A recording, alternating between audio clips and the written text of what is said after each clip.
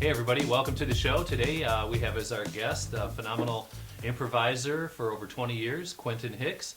And he started out at the Second City, and you can see him in various movies around. He is a teacher at the Planet Ant, and he has hundreds of students that have gone on and been very successful in improv.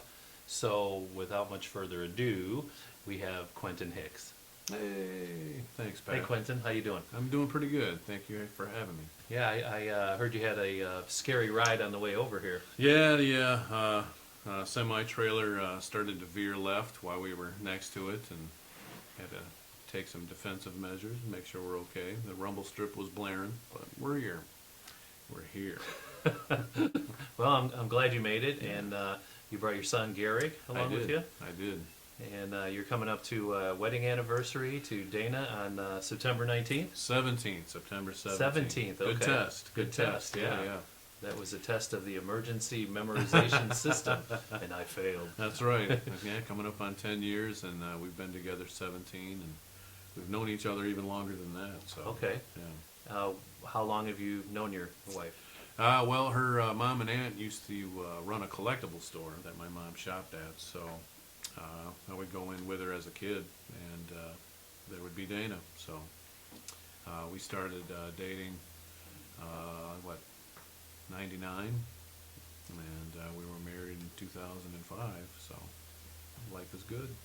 Okay, and is she an improviser?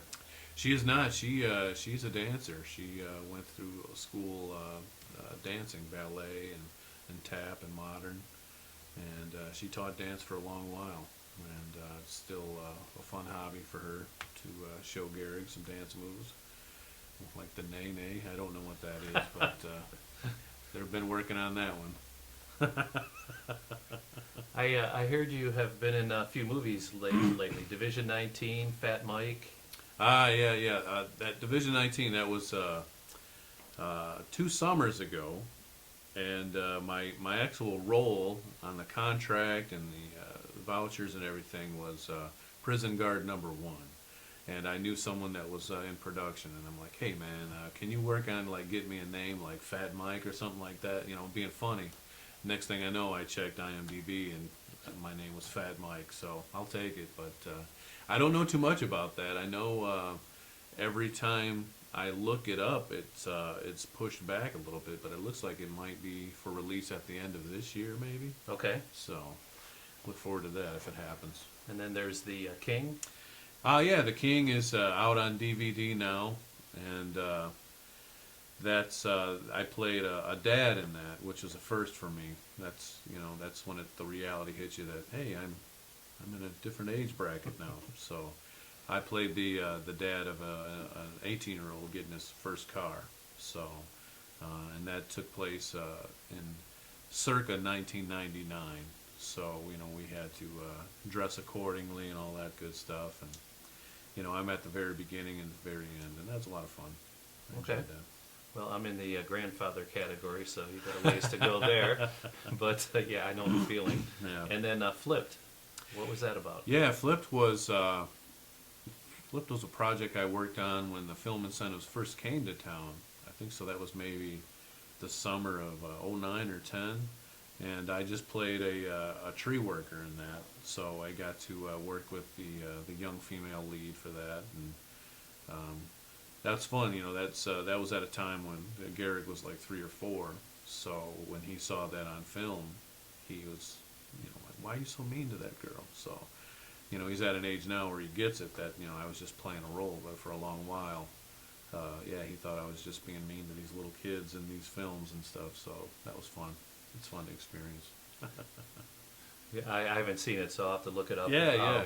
And actually, even in the paperback book that accompanied the movie, there are some stills of our scenes in there. So that's nice to see as well. It'll live forever. Let's talk a little bit about, Second City. Okay. Yeah, I started taking classes at the Second City when they were downtown Detroit in the fall of '94. So that would have been the second offering of classes, and I met some really good people there. There was only 5 levels of classes offered. Now you see most theaters have an intro and an advanced or an intermediate program, but this was just 5 levels.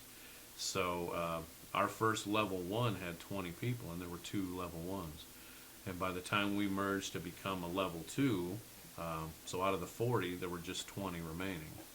And by the time we got to level 3, I think we were down to 14 or 16, and then by the time we got to level 4, we were just at 8.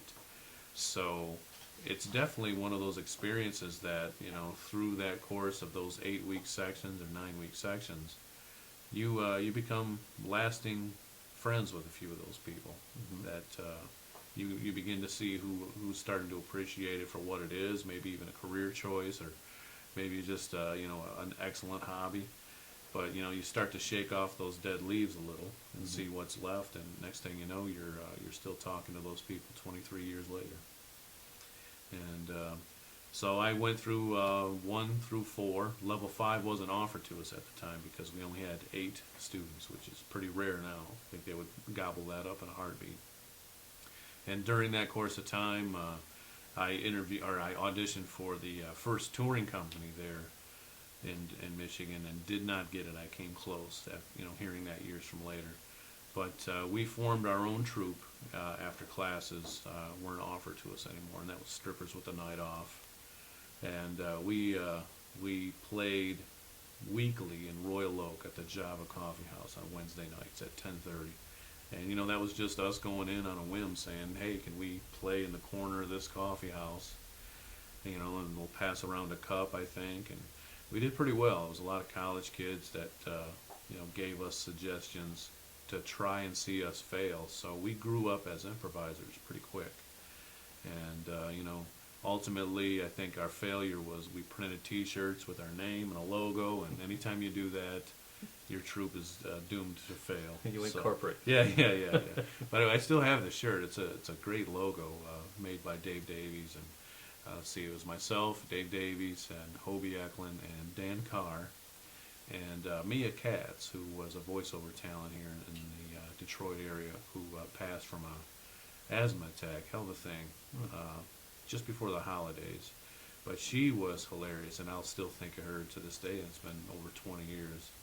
And her impressions, man, just at the time, I wish more people could have seen her, because that's how funny she was to me. And I don't really laugh out loud too much, and she made me laugh quite a bit. And rumor has it, I've never met her, but she has a twin sister, so God bless my heart if I ever run into her sister, because, you know, identical sister, I don't know what I'll do. Right.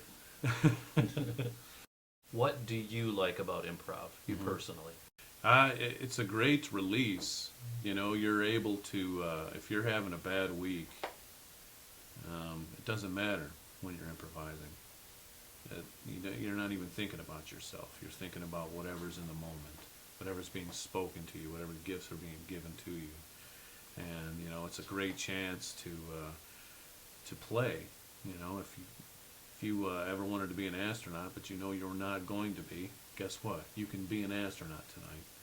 So it's great for the imagination, but it's also great, you know, in business and society. You know, it teaches people how to open up, and you're able to communicate with all personality types, for sure.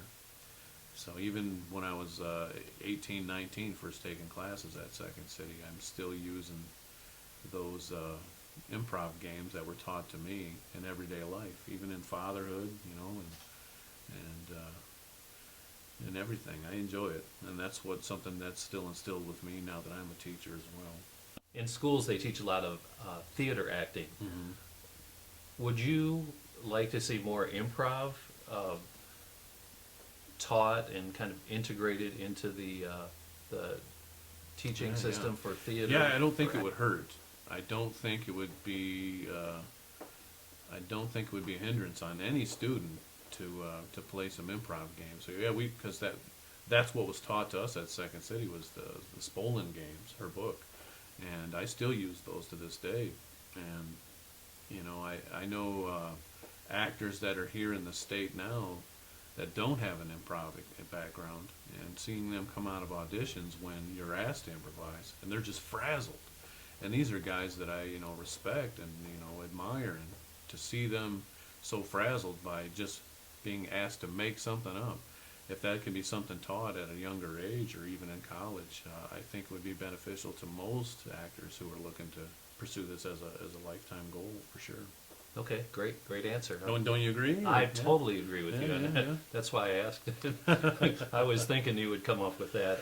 Yeah, because I've seen guys that like I see them at an audition, like, oh, I got no chance. So and so's here, and then you find out that they had to improvise, and they're just like, come on, that was crap. I don't know what. Give me some lines, So, and in one essence, it gives you a leg up if you do have to improvise. And yeah, on the set of Flipped, I was so nervous because that was Rob Reiner directing. And so my first day of shooting, I was in a full wardrobe and makeup and never got to shoot because of the weather, and they went long. But watching him, how stern he was with some of these other actors, and he wanted it this way. The next morning, I knew for a fact that it's not going to be me messing up.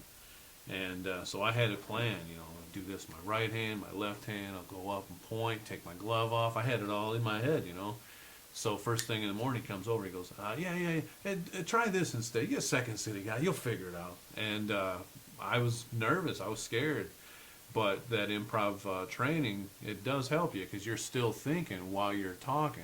And even though you're supposed to get out of your head, it was helping me. And so he did that, he told me that, and he said at the end, he said, that's exactly what I was looking for. That's exactly what you did in the audition, and that's what you did here, so thank you. And my hand was still shaking, even after, it shook his, and I was offset. I was pretty proud of the work that I did.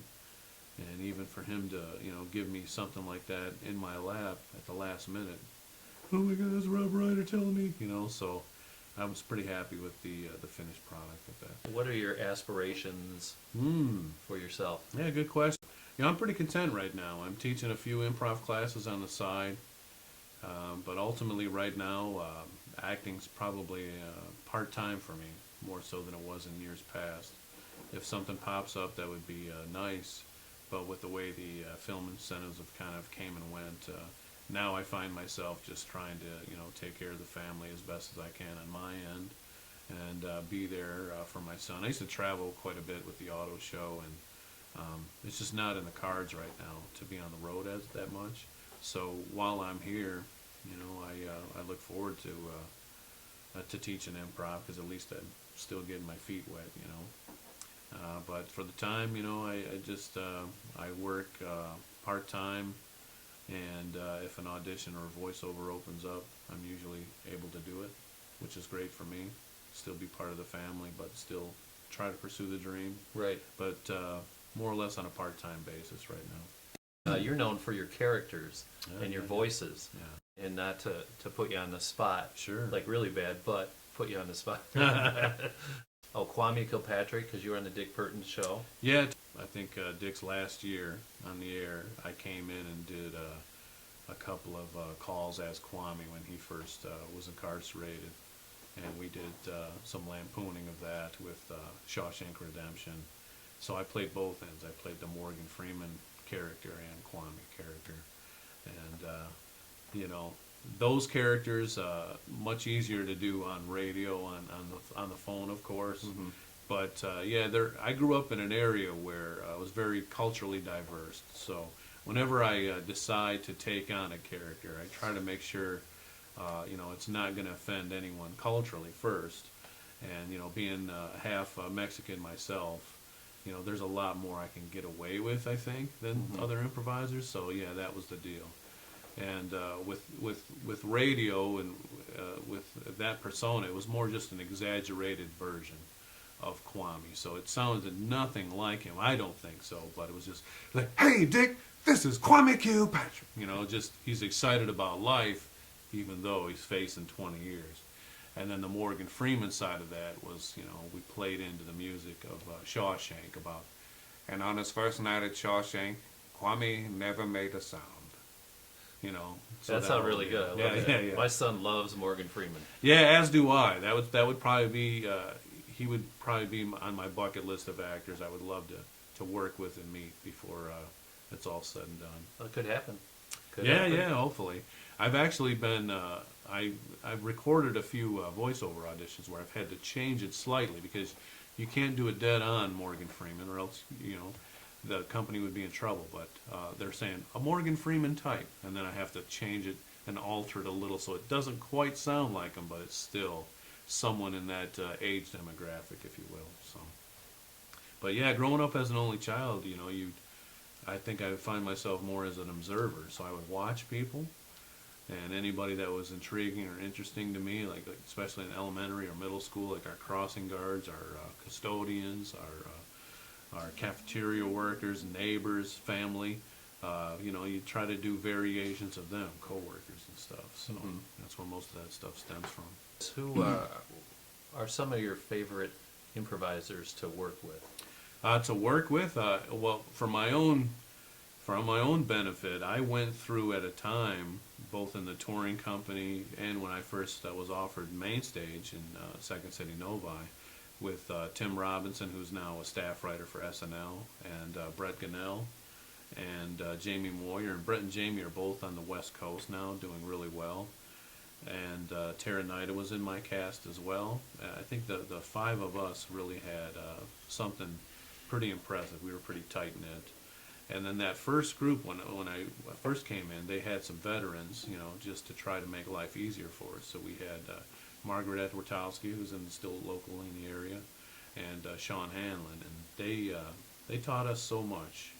And, that's the deal. When you watch somebody on stage years before and now you're working with them, I felt complete in a way. And Margaret and I had a lot of scenes relationship scenes that would make it on stage. And with Tim and Brett, I would more or less just play their comedy foil, so they would do their shenanigans and I would just be that guy.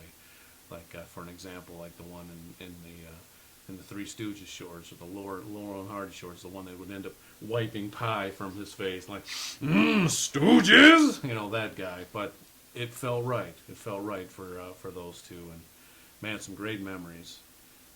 And then when Tim came on board and replaced an actor, watching Sean just come to life. He was like an old dog with a puppy coming into the house, and he just came to life. And the two of them, the hijinks that they created for each other backstage before shows started, man, I thought for sure I would have a heart attack from laughing that hard, So lifelong lasting memories. So, that was my circle.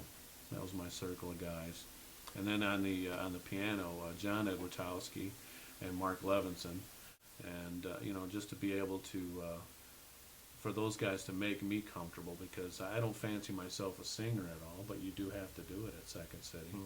And they made me feel very comfortable to now where I'll break into song even at home now. So, job well done, gentlemen. Yeah. Okay. Well, Quintin, excellent. Yeah, it was great talking to you.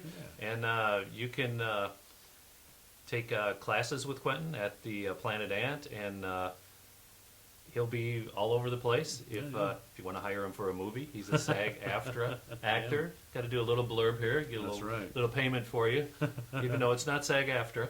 Yeah. And funny guy, great guy, in it for the long haul. And he's my first interview for this series of just Detroit background improvisers. And really great information. We'll have more in the future, and maybe Quintin will come back. Yeah. Who knows? Absolutely. What'd you think, Eric? I liked it. Yeah?